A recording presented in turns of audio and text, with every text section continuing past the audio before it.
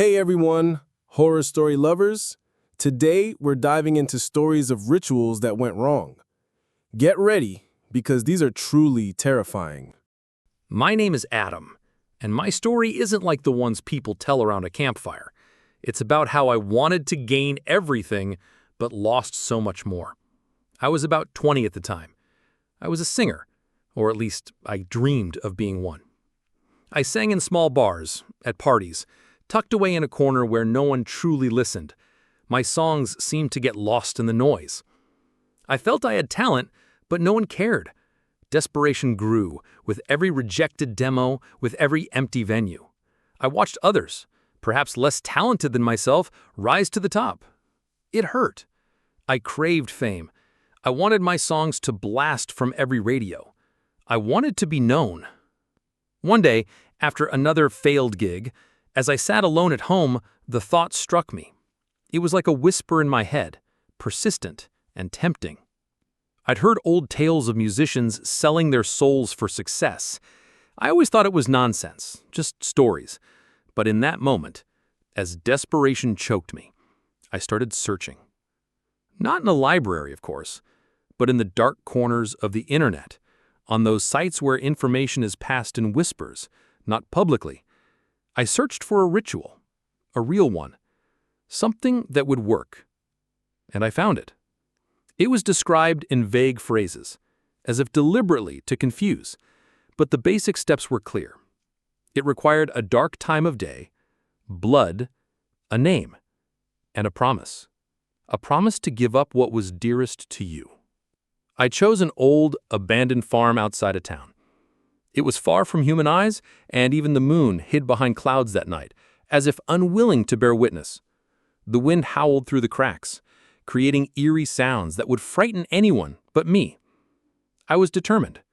I brought a black candle, an old razor, and a small piece of paper. Everything just as it was instructed. At midnight, I sat in the center of the old broken-down barn. The darkness was so thick you could cut it with a knife. I lit the candle, and its flickering light barely pushed back the gloom. The air was heavy, cold, and I felt it compressing around me. I took the razor, made a small cut on my finger. The pain was sharp, but I barely felt it. A drop of blood fell onto the paper. I wrote my name. And then I whispered the words I had found. They were strange, alien, like the hiss of a snake, coming from the very depths of the soul. I felt each sound seep into the ground. When I finished, the candle flames suddenly surged, almost to the ceiling, and then went out. Impenetrable darkness enveloped me, and in that darkness, I felt a presence. It was invisible, but I could feel it. It was a cold, so piercing it made my bones tremble. It was a sense of weight, as if millions of eyes were watching me. And there was a smell, like damp earth and something burnt, metallic.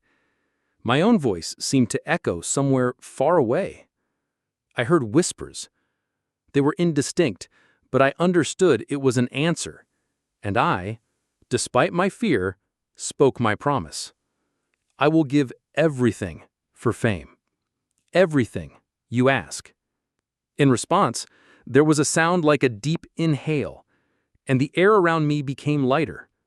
The cold receded, and with it the feeling of presence vanished. I was alone, in the dark. My heart pounded like crazy. I didn't know if anything truly happened, or if it was just my imagination, triggered by stress. The next few weeks were strange. At first, nothing happened. I sang at the same bar again, and nothing seemed to have changed. I started to think it was just a silly prank. But then it began. My music suddenly sounded different.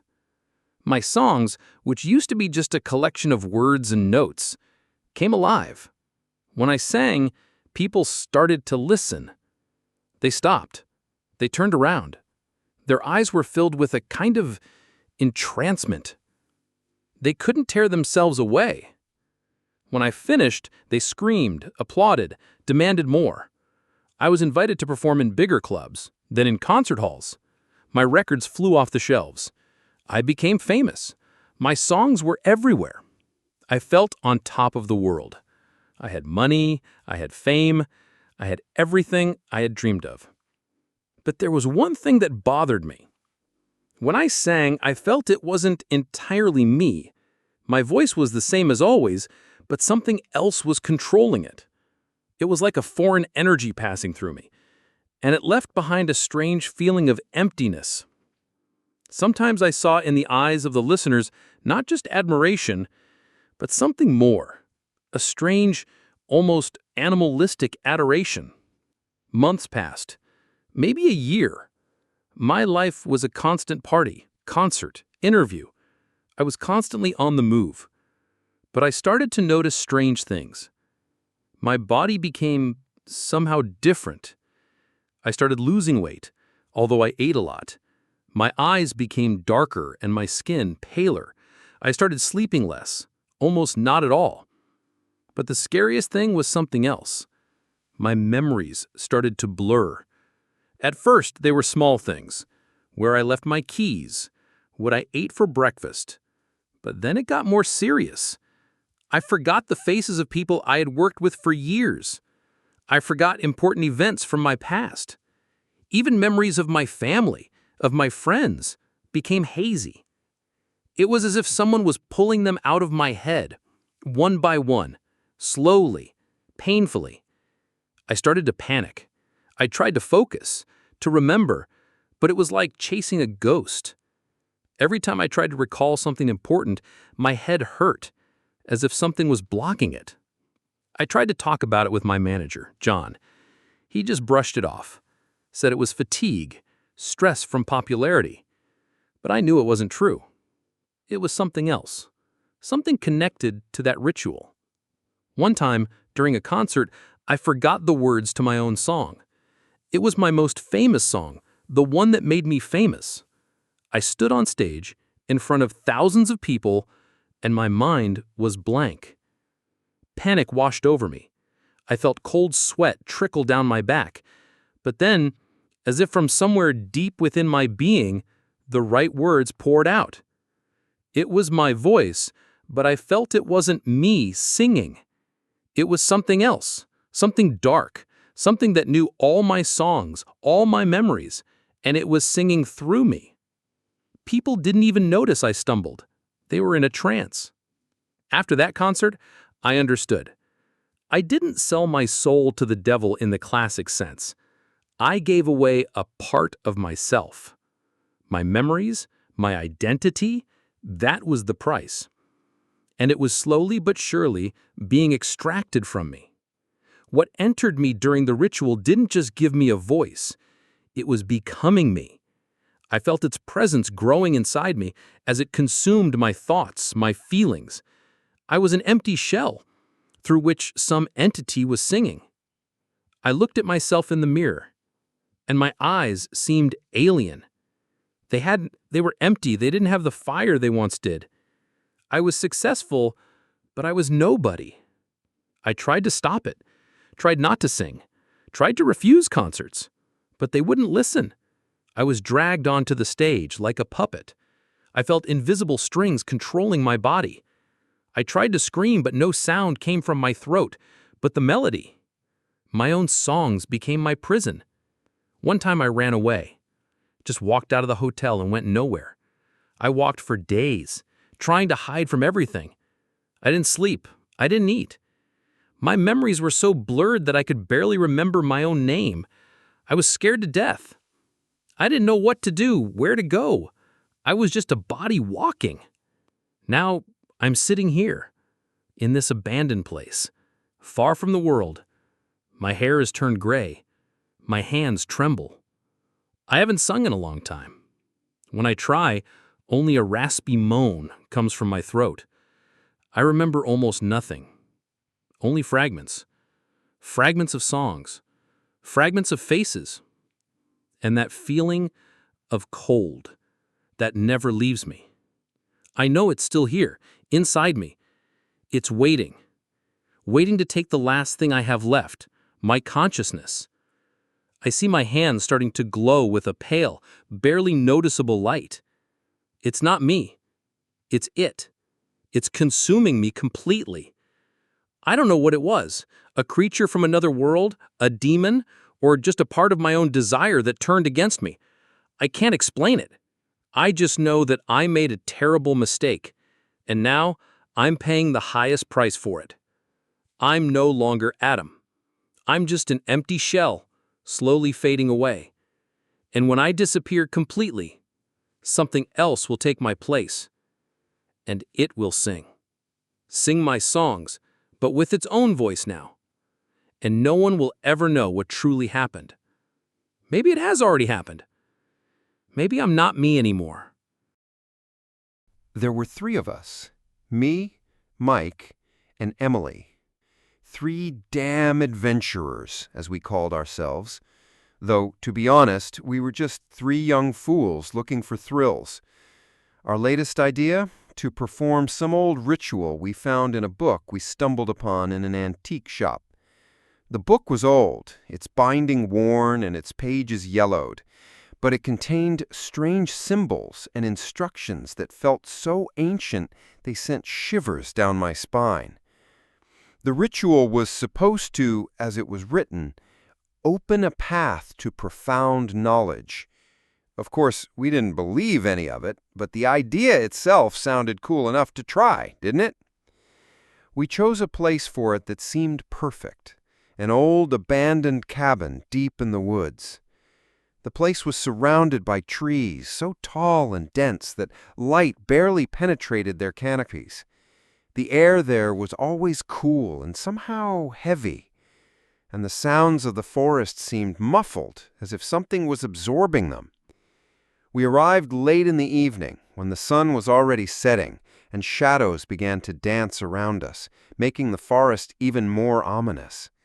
We brought candles, chalk, and of course, that same old book. We set everything up according to the instructions. We drew a circle on the floor using chalk and placed candles around its perimeter. The candle flames flickered, casting long, eerie shadows. The atmosphere was different. Even we, the skeptics, felt something had changed. The air became thick, and the silence deafening. It seemed even the insects had stopped chirping. Emily, who was usually the bravest of us, let out a nervous laugh, but her laugh sounded too strained. Mike kept looking around, as if expecting someone to jump out from behind the trees, and I just felt the hairs on the back of my neck stand up. As we started reading the incantation from the book, my voice trembled. The words were strange, unlike any language I had ever heard. They were guttural, hissing, and seemed to echo off the walls of the cabin, even though the walls were old and full of holes. When we reached the middle, the candle flame suddenly shot upwards, and at the same time we heard a low, prolonged moan. It seemed to come from somewhere beneath the ground, and it made me shiver. Mike's eyes widened, and Emily gripped my hand tightly. We continued because one of us said, "There's no going back," and it felt true. The incantation grew more and more intense. Suddenly the cabin filled with a strange smell like damp earth and something sweet and decaying. The candles extinguished one by one, leaving us in almost complete darkness, only the faint moonlight piercing through the leaky roof, and then it happened. The air inside the circle began to shimmer. At first it was barely noticeable, but then the shimmer grew stronger, and it felt as if the very fabric of space was stretching. From this shimmer, some kind of form began to emerge. It wasn't clear, it was more like a shadow moving on its own, but it had the outlines of something that could be human. It was tall and thin, and seemed to be made of darkness that was deeper than the darkness of night, and from it emanated a cold so piercing that it chilled to the bone despite the relatively warm evening. All 3 of us screamed, not screams of fear, but screams of horror, of the realization that we had done something irreversible. This thing had no face, but we felt it was looking at us. We felt its gaze, cold and empty, penetrating directly into our souls. Emily fell to her knees. Mike stepped back, trying to get out of the circle, but he couldn't. His legs seemed to be stuck, preventing him from moving. And I just stood there, paralyzed by fear, staring at this phenomenon. It made no sound, but we felt it approaching. The air around it seemed to compress, and breathing became difficult. Then, very slowly, this dark form raised what looked like an arm. It was long and thin, and seemed to be made of shadows. It reached out to Mike. He screamed, but his scream was muffled by some other sound, which seemed to come from inside the creature, a low, vibrating hum that made the cabin walls tremble. And then its hand touched Mike.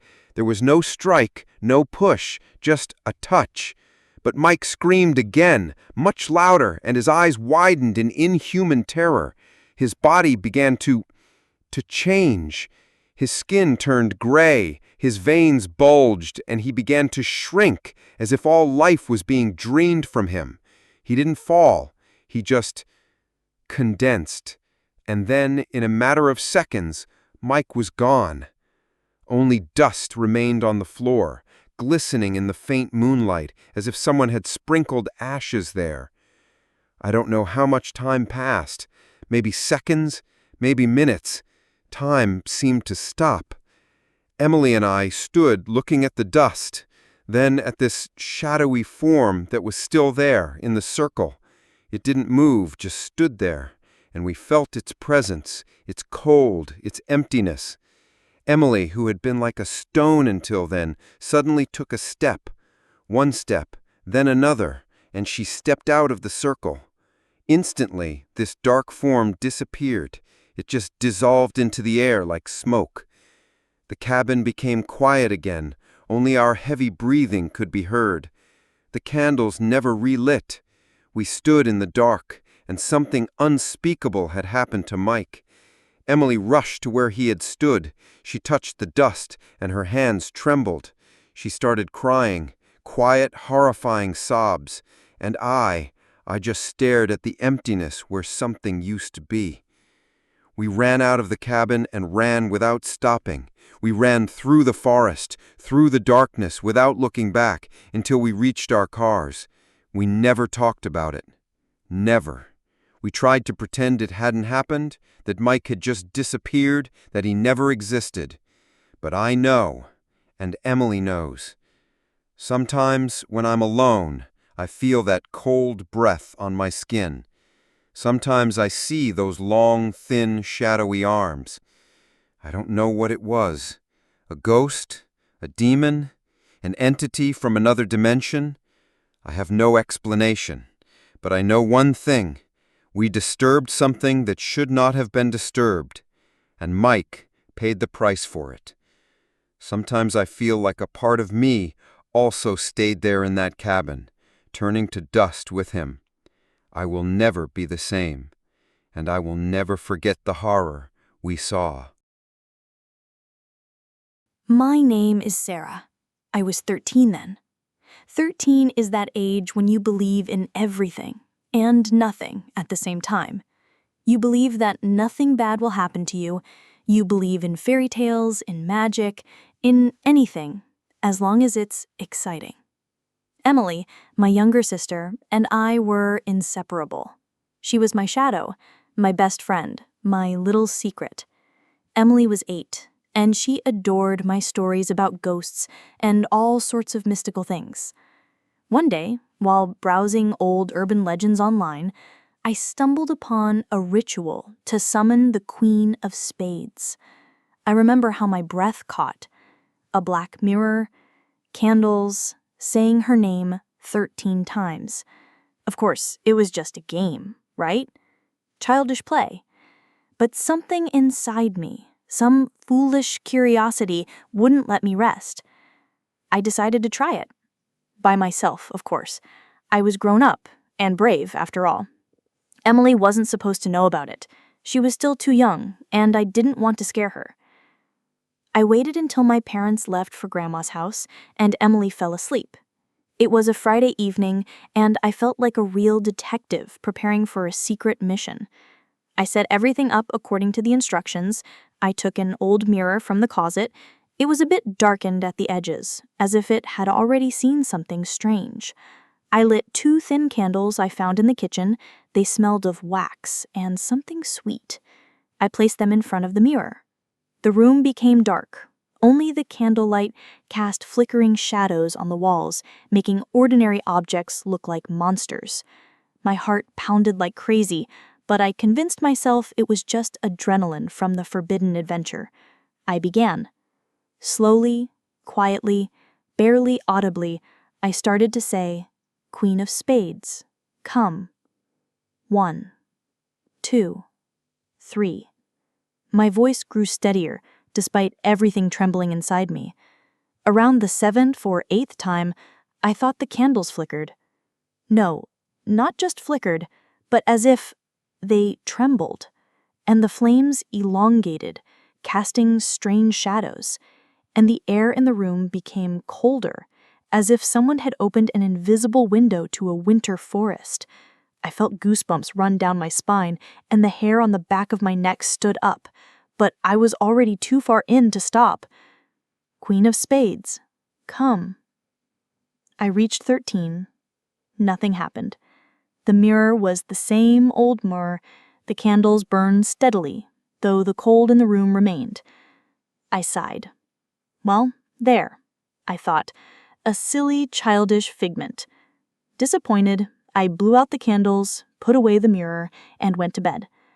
I didn't even notice how quickly I fell asleep, almost instantly, sinking into a deep, dreamless sleep. The next morning, I woke up with a strange feeling. My head ached a little, and I felt a certain weakness, as if I had been drained. I thought it was just from lack of sleep or nerves after the scary ritual. Emily was already awake and running around the house full of energy as always, her clear laughter echoing throughout the house. I smiled, watching her. She was so vibrant, a little sunbeam that filled our home with light. But that same night, everything started to go wrong. I woke up from a terrible cough. It wasn't just a cough, it was something deep, raspy, something that felt like it was tearing my lungs apart. I felt a sharp pain in my chest, as if something was burning there. It was strange because I had never been seriously ill, except for the occasional cold. For the next few days, the cough didn't stop, only getting worse. I felt exhausted, and breathing became more and more difficult. My parents noticed. Their faces became worried. We went to the doctor. I remember those days as if in a fog. Trips to the doctors, endless tests, x-rays, CT scans, blood draws, waiting that seemed to last an eternity, filled with anxiety. And finally, the diagnosis. The doctor sat in front of us with such a sad expression that I immediately understood something was very wrong. He spoke some complex words that I didn't understand, but one word rang out clearly, like thunder in a clear day. Cancer. Cancer. At 13 years old? It was impossible. It was a terrible dream that never ended. My mother started crying, her shoulders shaking. My father just sat there holding her hand, his face as white as a sheet, as if he had seen a ghost. I just stared at the doctor, trying to comprehend what he had said. Could I have missed something? Was this just a bad joke?